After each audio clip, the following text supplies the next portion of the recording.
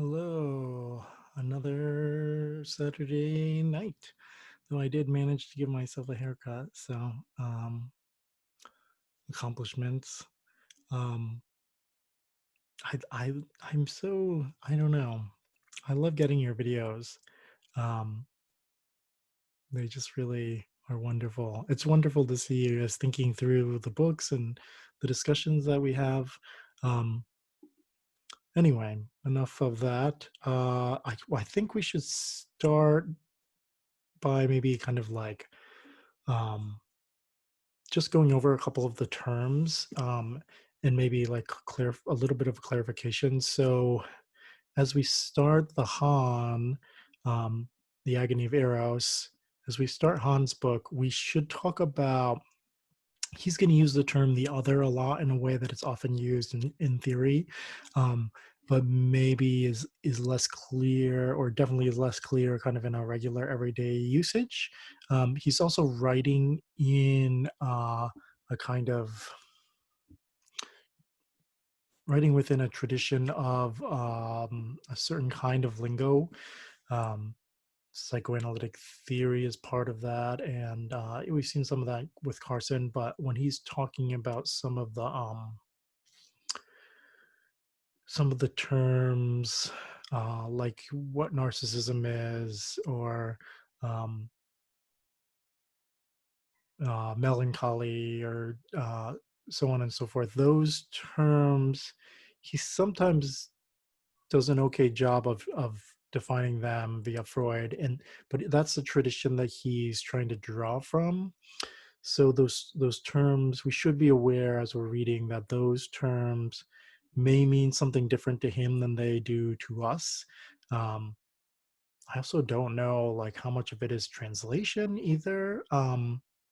But so there's this like weird, I think, one of the things you can notice as you go into this book is um, there's this kind of conflict between um, well, conflict is maybe not the right word, but there is a difference between like, or a conflation, something where he's talking about, right, pop culture in our time with like pop culture references, stuff about the internet and movies that we maybe have seen.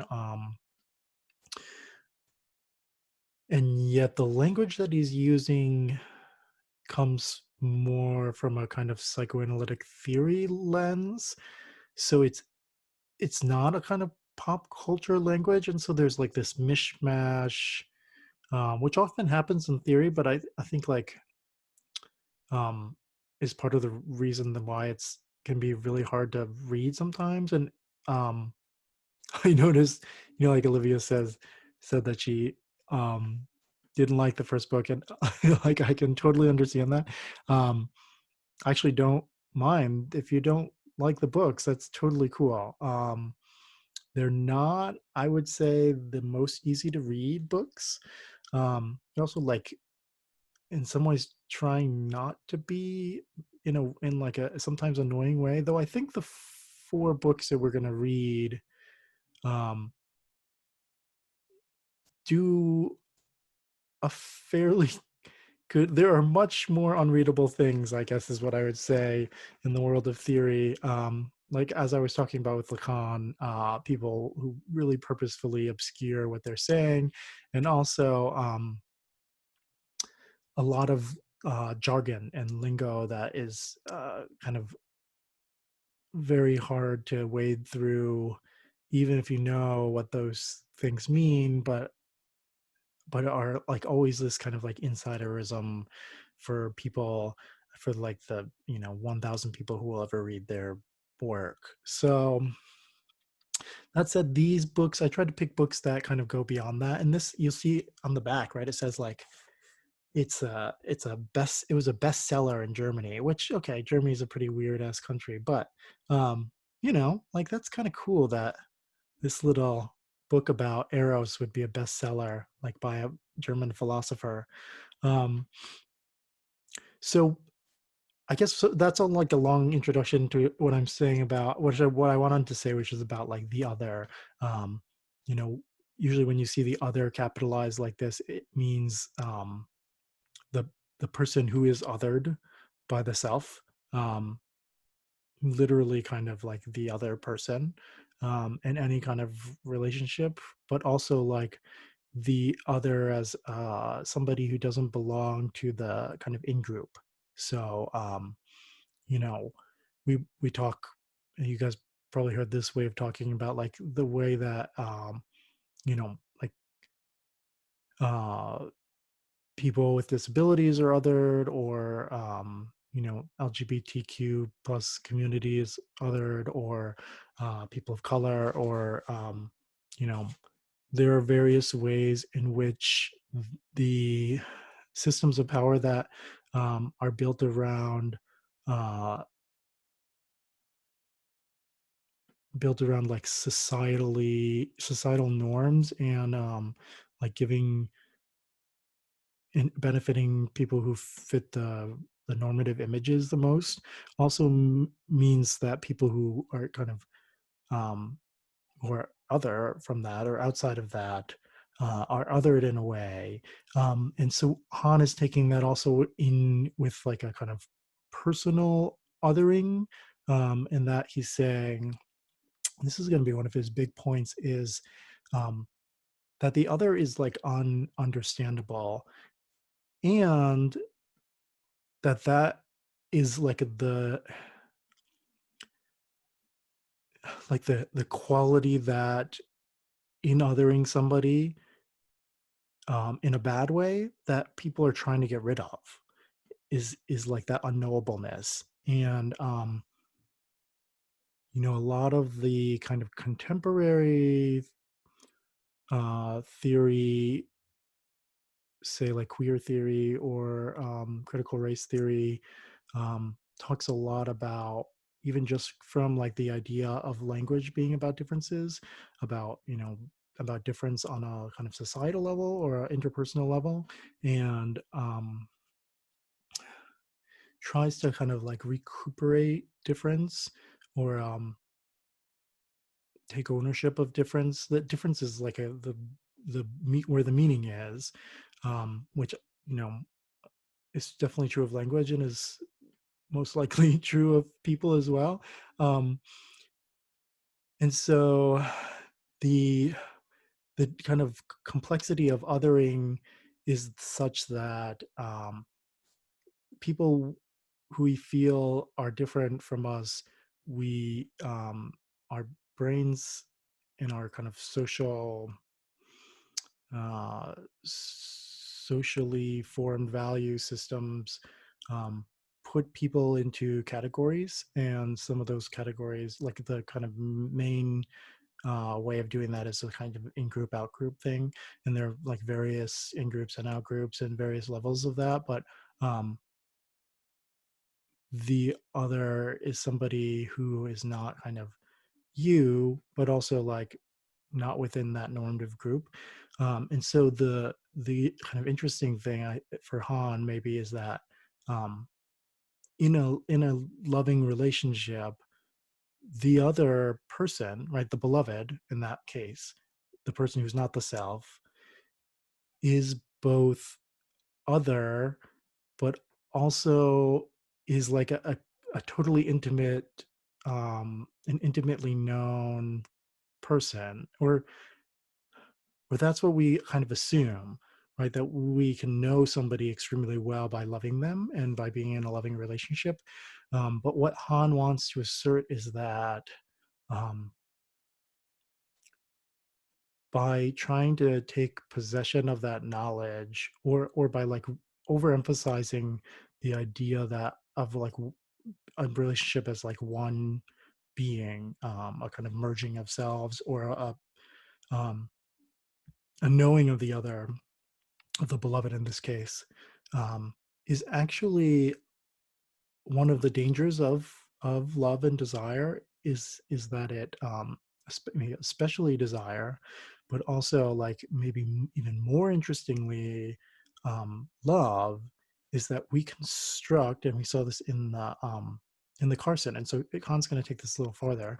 In the Carson, we saw that in our heads we construct a kind of triangle of desire, And even in a kind of ideal sense, we create a triangle of desire in which we can, you know, stand in the position of watcher as well as lover, and a created image of the beloved, um, so that we can notice, right? Like for Carson, the ideal is that we understand that the image that we are constructing of the beloved is in fact an image of the beloved and not the actual person. Um, in this way, we are able to kind of right, to recognize their personhood, and to like love them as an actual person, as a subject, and as rather than as an object, um, which maybe we didn't talk enough about as we transitioned out of the Carson, or kind of talked about the end of the Carson, but that's um, basically why she spent all that time on the ruse, is that for her the ruse is a possible solution to the dangers of desire that mean for Han trying to possess the other, right? Trying to erase, really, it was what he's saying, or to negate the other, to like replace the other with our image of the other, which is actually, of course, right, an image of ourselves, because we create this kind of ideal beloved who perfectly matches our needs. And when we're in love, we often kind of have that image of the person in our heads, um, in a way that can be dangerous to the actual person, that can um like even in the more like the most passionate or desperate love, really kind of can replace that person to the self, right? That we aren't seeing the person clearly because we're seeing this image of them, this idealized image of them, um and that kind of love is not what Han would or Carson would think of as healthy love. For Carson, the way around that was to occupy the position of the in between, so that you can both see that beloved, idealized beloved image, and also understand that the beloved is a real person separate from that, and that you're watching like both the image of you as lover and the image of the other person as beloved, um, but also like there's a distance between the image that you have and the reality of the person that you are and the person that they are, and the relationship that you have. um but what Carson kind of maybe what she doesn't go fully into is what she calls damage, um and we probably didn't talk enough about that, but there is a kind of there the danger. One of the dangers of love and desire in a society that corrupts your desire is that it can cause a lot of damage. And Carson had a few different categories for that damage. Um, the one that Han is really interested in is the damage caused within a capitalist system that values, or that defines desire as wanting to own something. So that, like, as we live in a society in which all of our desires are desires to own this or that, right? Or to make money, to like somehow operate within a system of exchange of goods and, money. Um, then the exchange and the ownership become the ways in which we understand desire to be satisfied.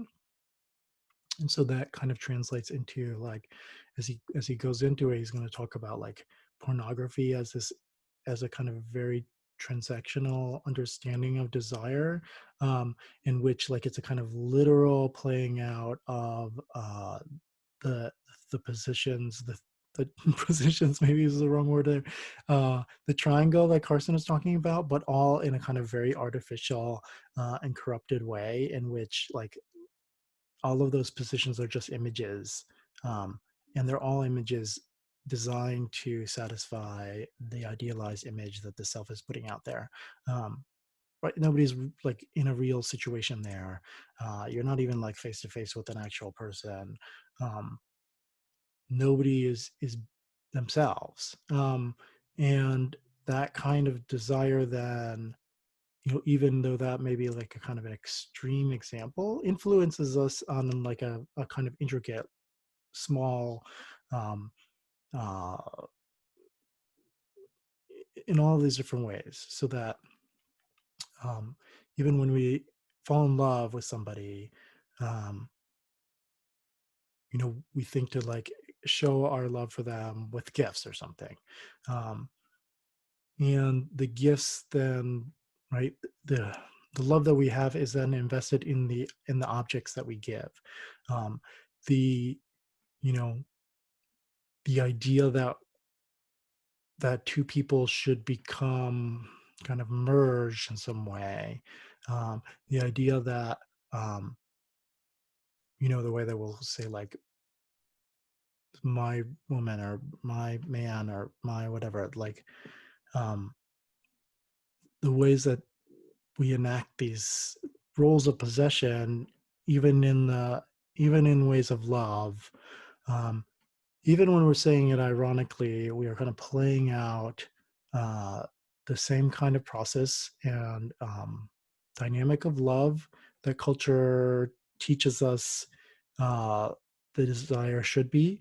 And the danger of that, one of the damages of that, to use Carson's word, is that it kind of reinforces this idea that um, the other's unknowableness is bad, right? The other's difference from us is bad, and that the ideal state is one in which um, our differences totally align, and we're one in one unit, and that I know my beloved so intimately that I understand everything about them or something. Like we share our deepest secrets and um, so on and so forth. So for Han, that is like it's a literal replacement of the person, the actual person, with an image of the person, or with an image of even the triangle. Um, And so I don't know if Carson's ruse really kind of works for him or not. Um, or maybe it works like on a theoretical level, hypothetical level, but in terms of like putting that in practice within a capitalist society, um, I don't think that he sees that as a super viable solution. And so instead, he's going to kind of offer what, maybe this is a way to transition back to Carson, the end of Carson, um, kind of what Socrates is saying at the end, which is that, and I think maybe we misinterpret this a little bit, but on page 150, oh, Marissa mentioned like change of self is loss of self. Oh, that's page 154. Or I think Marissa, change of self is loss of self according to the traditional Greek attitude. Um, Categorized as madness, it is held to be an unquestionable evil, right? That's in a society where self-control is the kind of number one value, where like individualism, um, control over the political process, control over love relationships, control over um, national boundaries, control over slaves, all of these things, control over um, how people are, how younger boys are incorporated into society. It's all about kind of this sense of control, and that's where democracy comes from, right? It's the ideal is that each person has control over a totally equal vote. And now, since we live in the kind of in a representational democracy or a republic, right?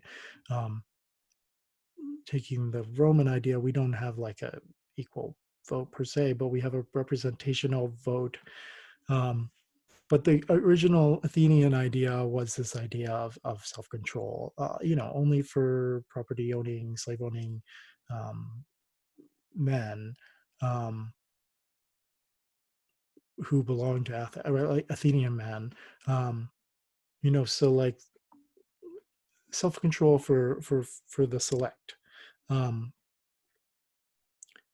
this is why, and I think Aston mentioned like maybe Socrates is like too into the status quo. Um,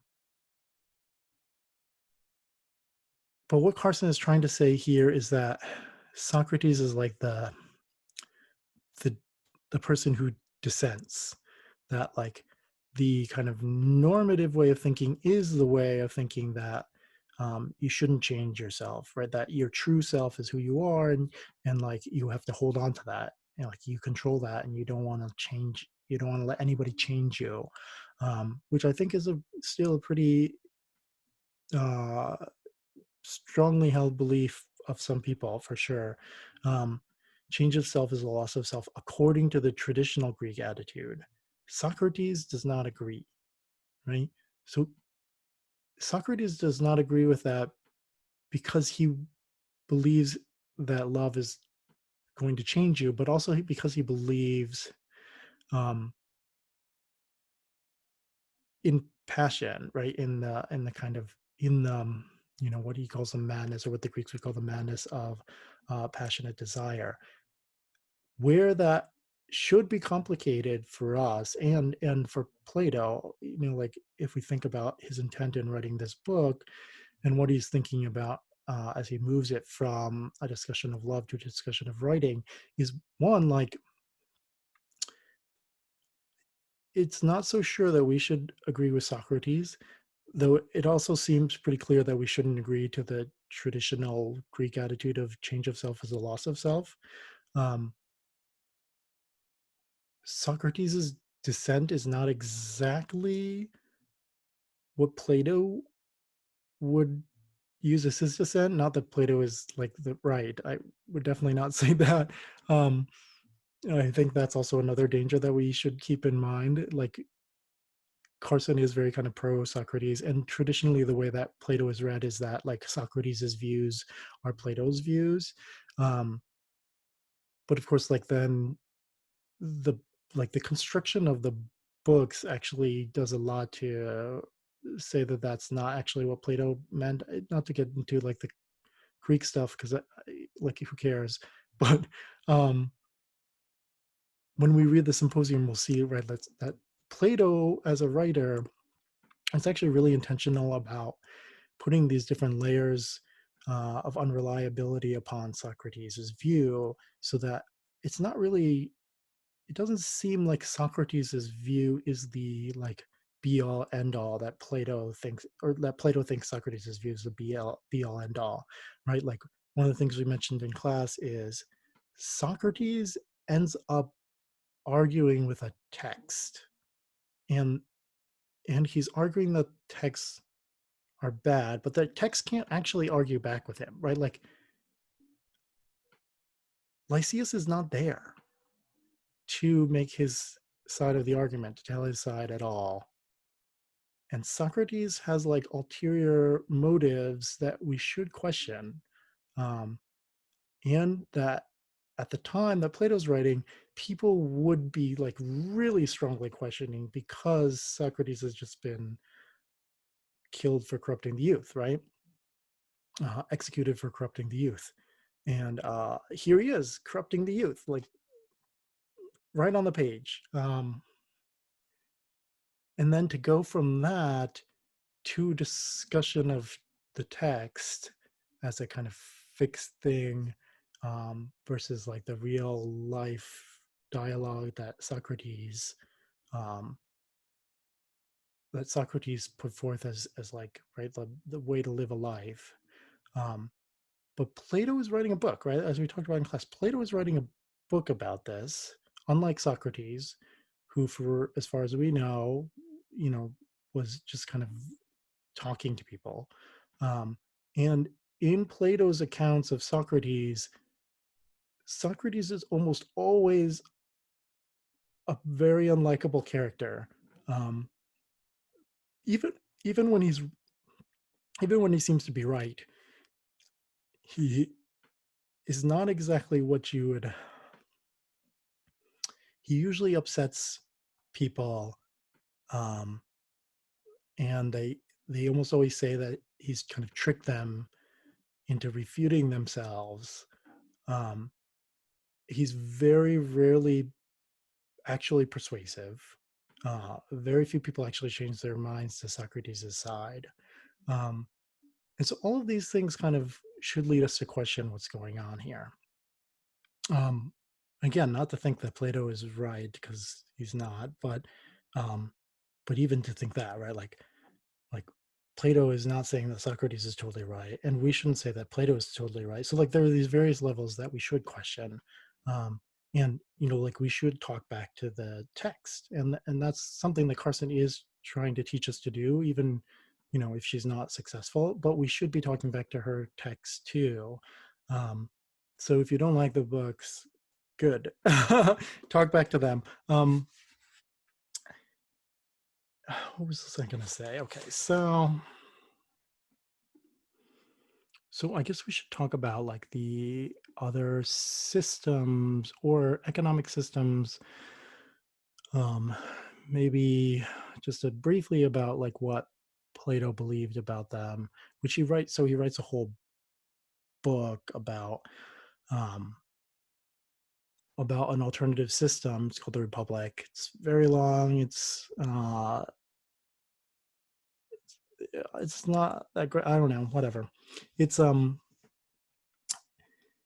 it's a system in which children are separated from their parents, and everything's kind of rational. The poets are banned. um, and this is Socrates telling this, right? Like they're asking Socrates what his ideal society would be like or whatever, and he's describing all of this.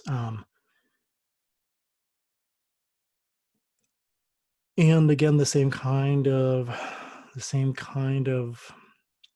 ambiguity or ambivalence, it should be at play here in Plato's kind of telling of this. Um,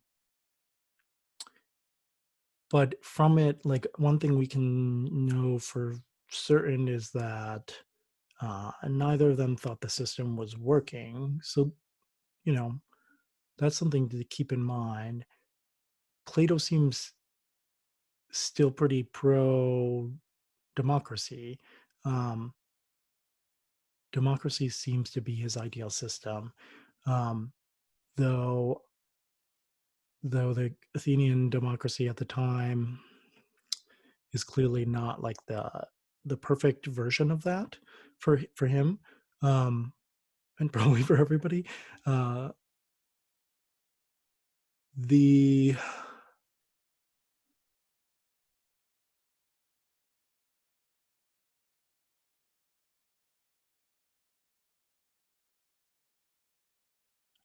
As we get into Han, he's going to talk about capitalism as a system that we are in.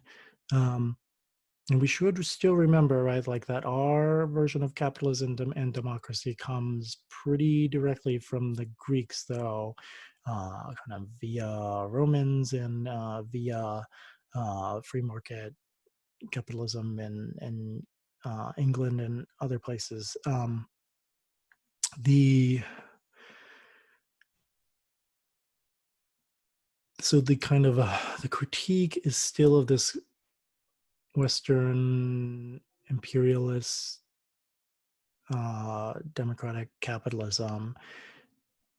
I thought Christopher asked some really interesting questions about um, if this system corrupts our desire, is there a better system, or is there a way to make the system work better, right? Like just like a better kind of capitalism that um, doesn't corrupt our desire.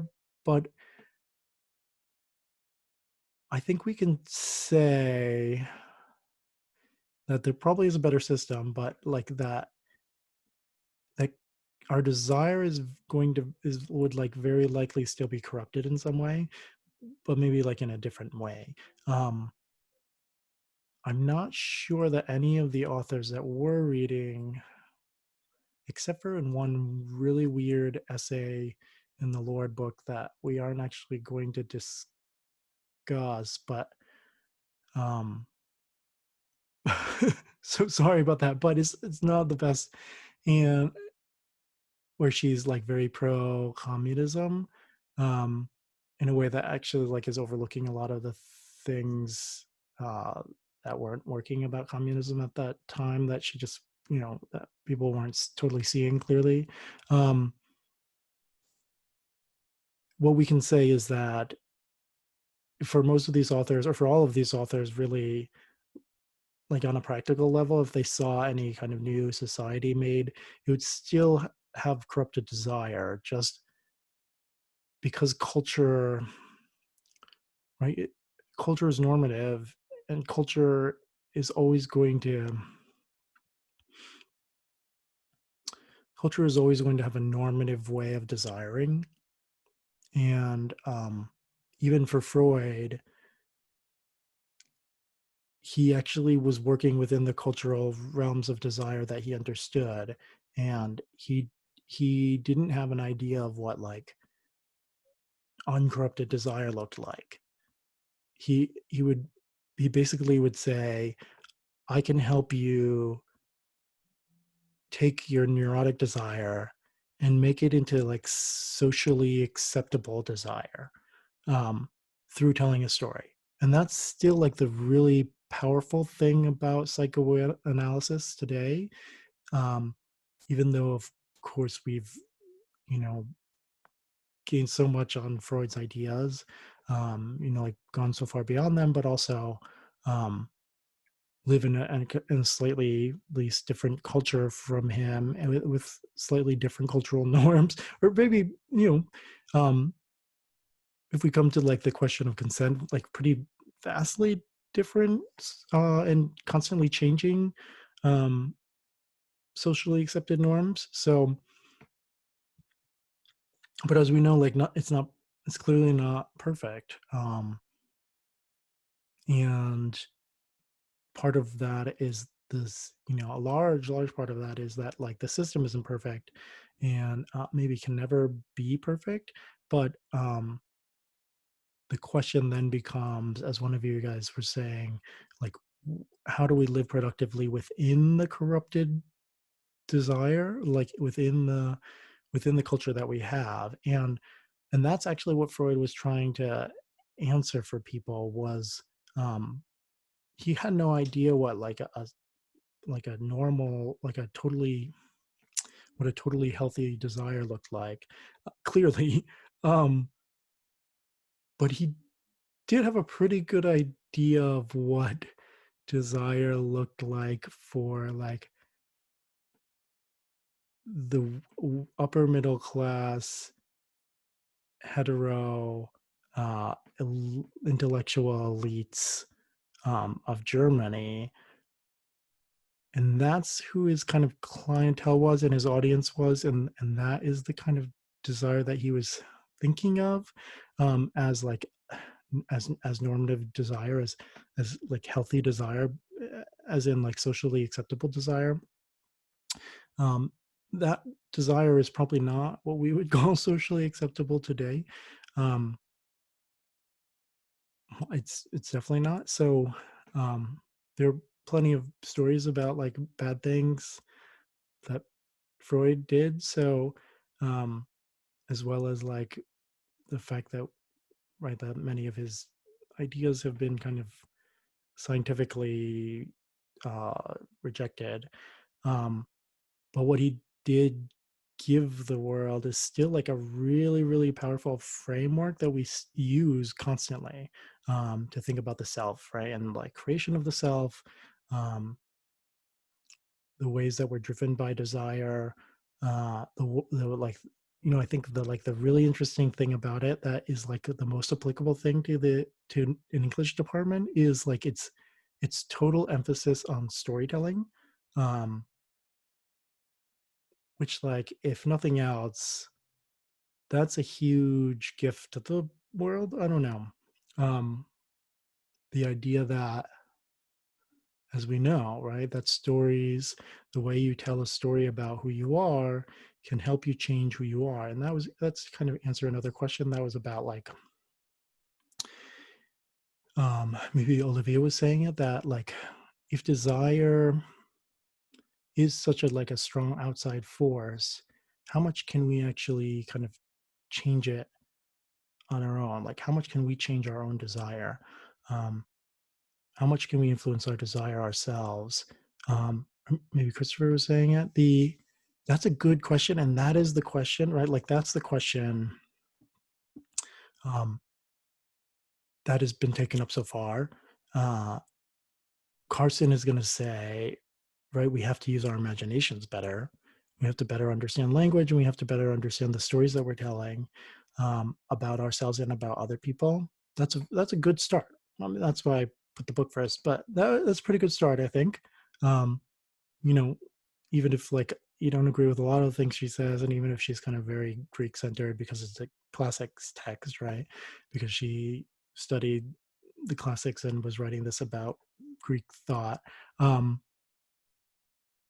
it's still fairly good place to start, even though like its main flaw is also like within that question, right? It's this is a very the whole book is very centered around what can an individual self do, um, as if the self has a lot more agency than I think we understand it to have. Han is going to be a little bit of a course corrective in that he is thinking much more about culture, right? Like just like very much more about culture, and the influence of culture on things. Um, and so we're going to have to think about that as well, which I think is very important. Then we're going to go back to Plato, and it's because he offers like a pretty useful like spectrum of, because the symposium is like these various speeches on love. He offers a pretty useful spectrum of like positions on desire and love. Um, and then we're going to go to Lord, who is going to bring us back to culture, and is going to do more than anybody else to talk about like, um, what can we do on a as a person contributing on a societal level. What can we do as communities, what we can do within our communities, and even what we can do as selves. um, Han's still operating within the intellect. Um, and so, like, that's somebody pointed this out, but these are very intellectualized um, views of what is a very obviously like passion and emotion. Um, and I think the question was like, what's up with that? Like, how can it be so intellectual when we're talking about like something so passionate? And I actually think that's a really good question, and like one that we should definitely keep in mind is that, can we really trust something so intellectualized about something that's like doesn't feel as if you can grasp it on a level of on a level of kind of intellect? um Carson does talk about that, I think, uh but mainly she comes out on the side of like that's what is bitter about it, that we can't really understand it, and that it seems to come unbidden, and that it like makes us lose control of who we are. um she tries at the end, which I do think we like didn't fully cover.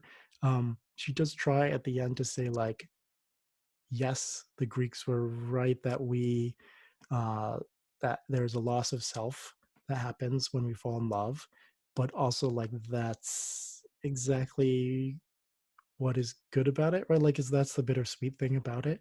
Um,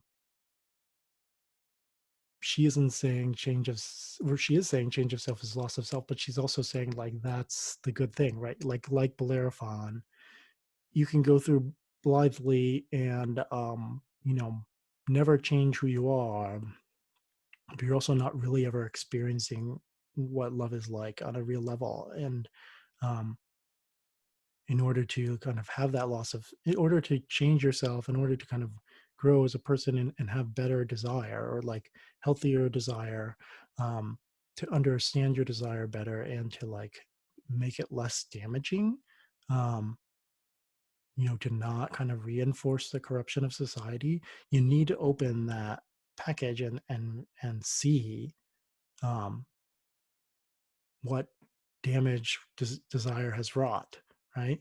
Um, and that is going to feel like a total loss of the self, right? Like if Blair Fun opens that message and sees what he's done without even knowing it, that's going to be a loss of self.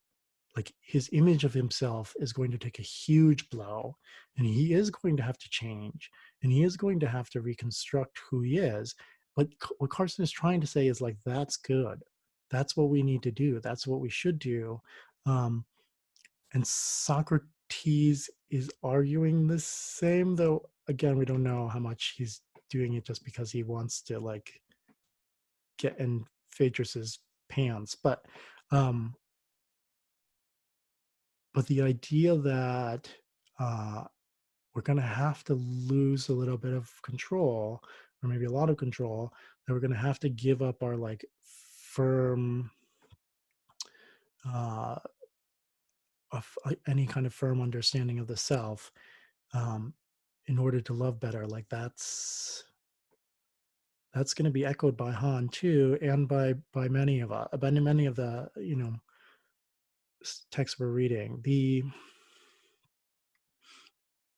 reminds me, I was going to say something about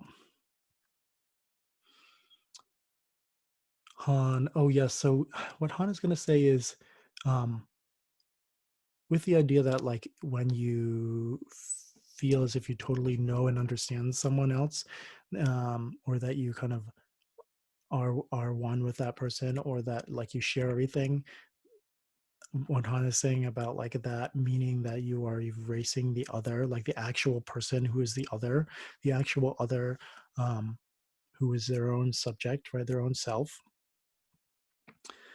Um,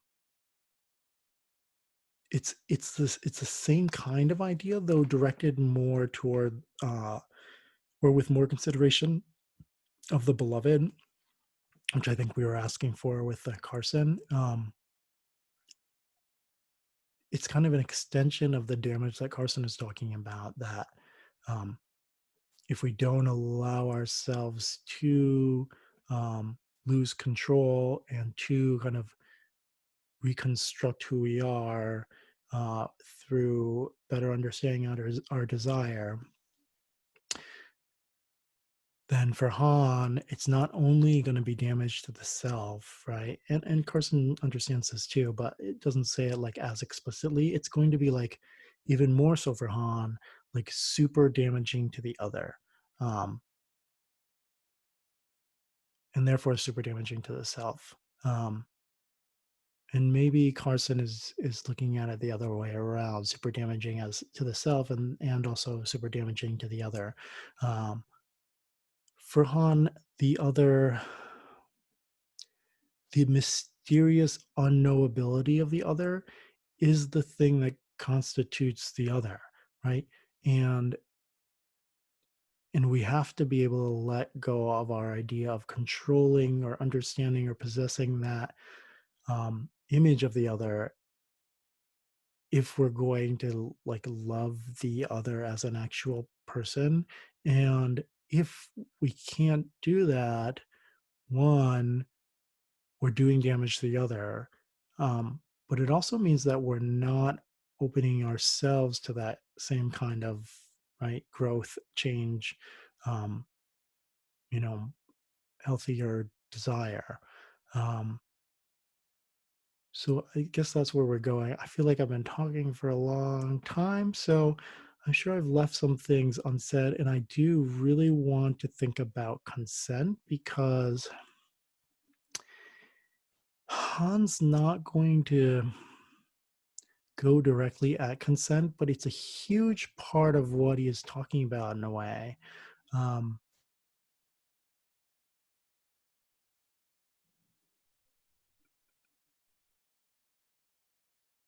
Consent, the like the way in which we construct an image of the other that says that they are welcoming us, right? Or that they are giving consent when they aren't actually giving consent. That's a huge consequence of what Hannah's talking about.